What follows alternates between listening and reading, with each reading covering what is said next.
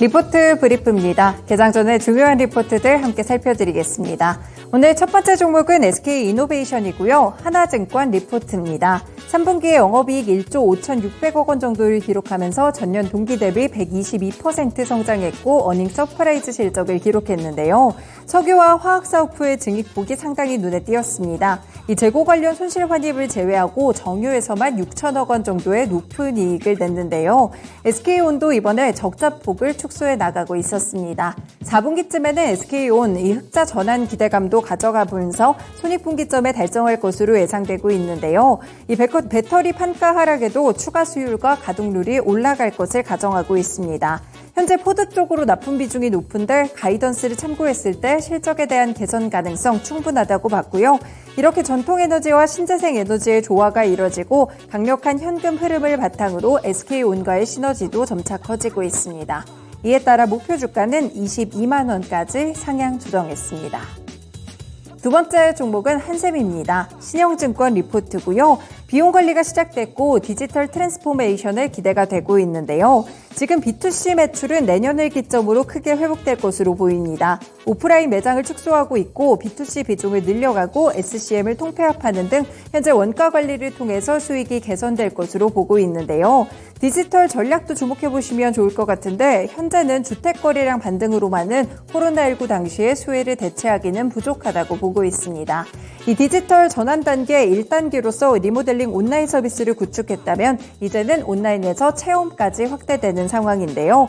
이로 인해서 매출 성장이나 수익이 개선됐을 때는 고평가에 대한 논란 역시나 탈피할 수 있을 것이라고 평가했습니다. 이에 따라 목표 주가는 6만 원까지 상향 조정했습니다. 세 번째 종목은 효성TNC입니다. NH투자증권 리포트고요. 업황 개선 기대감을 반영할 시점이라고 봤는데요. 지금 스판덱스 스프레드가 3분기 평균 대비 11% 크게 증가를 했습니다. 지난 9월에도 누적 기준으로 중국의 스판덱스 수입량이 전년 동기 대비 88% 이상 증가했는데요. 수출량은 감소했기 때문에 이렇게 스판덱스에 대한 수요 개선세가 명확하게 나타나고 있습니다. 신증설은 제한적이고요. 과거 평균치까지 회복한 가동률을 생각했을 때 내년 정도면 스판덱스에 대한 업황이 본격적으로 회복될 것이라고 평가했는데요. 그리고 원재료 가격이 하락하고 있는데도 스판덱스의 가격 자체는 견조하게 평가되고 있습니다. 그래서 이렇게 산업 내 나타나고 있는 긍정적인 시그널을 반영할 시점이라고 평가했고 목표 주가는 52만 원까지 상향 조정했습니다. 다음 종목은 네이버입니다. 유안타증권 리포트고요. 어렵지만 잘했다라고 이번 3분기 실적을 평가했는데요. 3분기의 영업이익은 3,802억 원으로 전년 동기 대비 15% 이상 증가하면서 컨센서스를 상회했습니다. 광고 시장이 불황했지만 이 플레이스 광고와 검색 광고는 오히려 성장했고요. 커머스 매출도 전분기 대비 유지를 해나갔습니다. 4분기에는 광고와 커머스의 성수기가 도래하는데요. 소비 증가에 따라서 시장이 조금씩 회복하고 있다는 점 긍정적으로 평가했고요. 이 비용 효율화가 지속되면 이익률도 개선될 것이라고 봤습니다. 여기에 핀테크나 커머스까지 전반적인 개선세가 기대되는데요.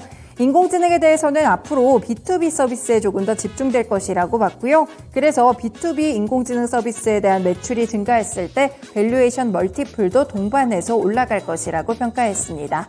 그래서 현 시점에서는 목표 주가 29만 원을 유지했습니다.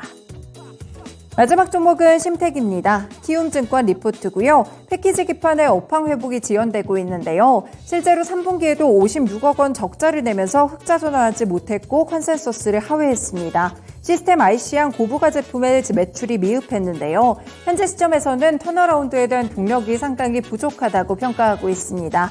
일단 4분기에 흑자 전환할 것으로 예상되기는 하지만 그래도 이 반도체 쪽에서의 고객사 재고 조정 영향은 지속될 것이라고 평가하는데요. 올해 신규 구동장이 가동되면서 패키지 기판 쪽에서는 고정비에 대한 부담도 크게 늘어나고 있습니다. 일단 실적 개선에 대한 기대감은 내년 2분기로 넘기셔야 될 것 같은데요. 그 외에도 포트폴리오를 고도화하는 과제를 안고 있습니다. 자율주행이나 전장, 스마트 가전같이 분야의 이 매출 노출도를 조금 더 높여가야 된다라는 평가를 주면서 현 시점에서는 목표 주가 43,000원까지 하향 조정했습니다. 네, 이렇게 개장 전에 중요한 리포트들 함께 분석해드렸습니다. 리포트 브리프였습니다.